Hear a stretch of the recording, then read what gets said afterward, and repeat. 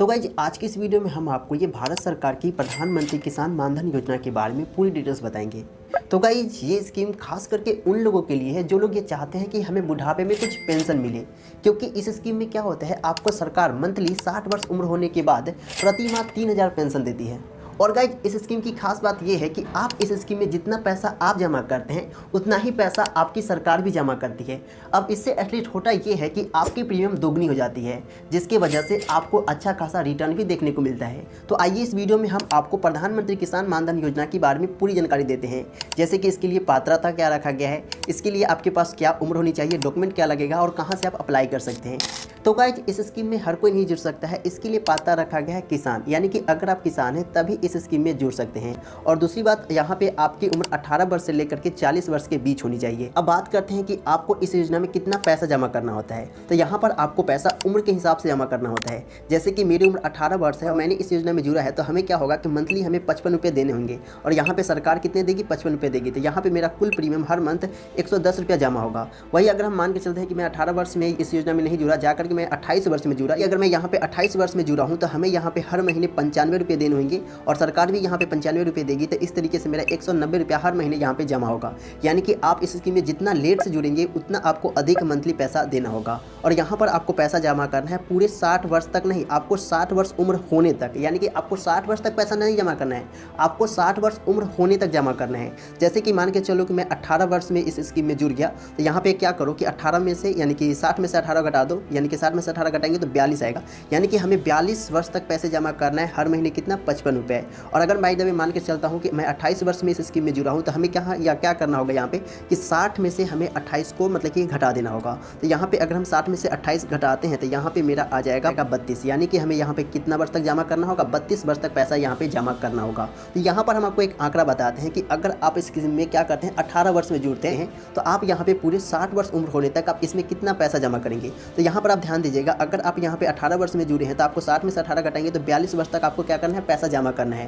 और यहाँ पे एक मंथ में कितना पैसा जमा करना है, आपको मालूम होगा 55 रुपये यहाँ पे आपको एक मंथ में जमा करना है। तो अगर हमें एक साल का निकालना है तो हम यहाँ पे क्या कर देंगे, 12 से गुना करेंगे। तो 12 से गुना करेंगे तो 12 पंचे 60 और 60 6 66, यानी कि हमें एक साल में यहाँ पे 660 रुपये क्या करना है, जमा करना है। और यहाँ पे 660 रुपये हर एक साल ऐसे करके कितना साल तक जमा करना है, 42 साल तक हमें यहाँ पे क्या करना है, जमा करना है। तो यहाँ पे हम इतना 660 में 42 से गुना करेंगे तो यहाँ पे हमारा आ जाएगा 27,720, यानी कि आप यहाँ पे क्या किए हैं, 27,720 रुपये आप जमा किए हैं। और यहाँ पे सरकार भी 27,720 रुपये जमा की है, तो वही लगभग ये 55,000 रुपये के आसपास आपने इस स्कीम में क्या किया है, पैसा जमा किया है।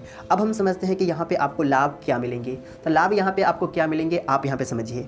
आपको यहाँ पे जब आपका उम्र 60 वर्ष से अधिक होता है, 60 के बाद जब 61वां वर्ष होता है, तो आपको यहाँ से पेंशन मिलना शुरू हो जाएगा। तो यहाँ पे आपको पहले साल के पहले मंथ में आपको 3000 मिलेंगे, अगले मंथ में 3000, इस तरीके से आपको मिलते जाएगा। तो यहाँ पे अगर हम पेंशन की बात करें तो यहाँ पर आपको एक मंथ में 3000 रुपये यहाँ पर आपको पेंशन मिल रहे हैं। तो यहाँ पे आपको एक साल में कितने पेंशन मिल जाएंगे, तो आपको मालूम होना चाहिए 12 महीने होते हैं, तो 12 या 36, यानी कि आपको 36,000 एक साल में क्या मिलेंगे, पेंशन मिलेंगे। इस तरीके से आप जितने साल जीते हैं आपको आजीवन यहाँ पे आपको पेंशन मिलेगा। अब बात करते हैं कि अगर आपकी यहाँ पे मृत्यु हो गई तो क्या होगा। जैसे कि पेंशन लेते लेते मान के चलो आपने 5 साल लिया, 7 साल लिया पेंशन, फिर आपकी मृत्यु हो गई, तो यहाँ पर क्या होगा, जब आपकी मृत्यु होगी तो आपकी पत्नी को यहाँ पे पेंशन मिलेंगे।